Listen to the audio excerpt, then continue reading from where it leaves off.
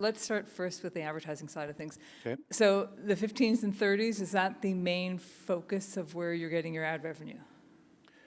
Well, look, there's a practical reality, and the practical reality is like we are one participant in a broader marketplace, and that is the currency that the marketplace trades in. Mm-hmm.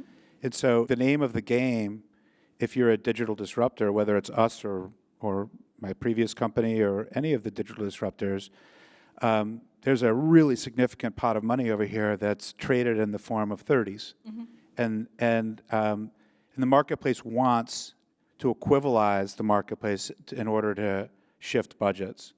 And so that's the starting point. Okay. I don't know that that's necessarily what it looks like in 10 years, but that's the starting point right now because that's the marketplace reality.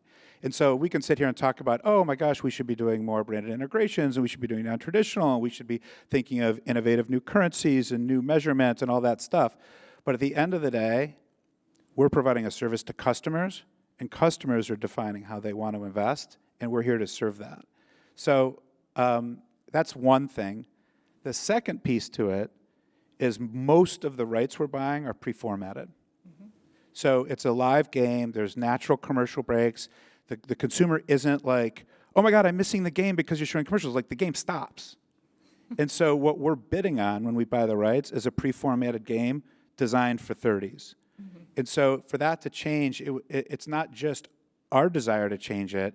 The entire marketplace, including the rights holder and how they're selling their rights and what they're allowing their broadcast partners to do and how marketers want to invest. All of those things would have to change for us to get away from just trading in 30s. Okay.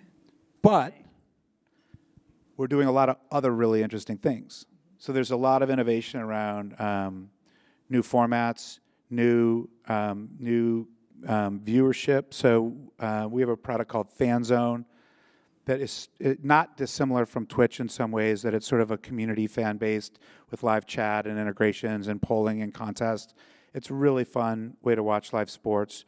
We have, in some countries, we have a product called DAZN Bet, which is kind of during the action, an opportunity to wager on what's going to happen next in the game. Very excellent for engagement and consumers that like that type of experience. It's landing very well. We do a ton in social. We do a ton in fast.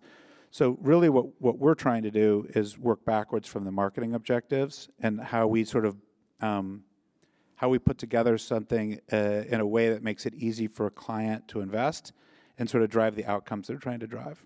Okay. So, and realistically, subscription service, free service, how do people get? So, like in the U.S., it's a subscription service. It's $29.99 a month. The first month's free. Okay. The price varies depending on the country, but more and more and more of our programming is windowed in front of the paywall. Mm-hmm. So what we're trying to do is understand that different cohorts of consumers have a different threshold, and sort of a casual fan, like for example, we've been really aggressive in Germany. We have some of the best rights in the German marketplace, including UEFA Champions League, including Bundesliga. Every single match day for the entire season, at least one match is in front of the paywall. Mm-hmm. So there's always action you can come watch on DAZN. Now, if you say, I want to watch every Bayern Munich game, that's a super fan that has a different pricing threshold, and it's still far, far, far more economical to subscribe to our service than it is to be buying tickets and going to games and match days and all the rest.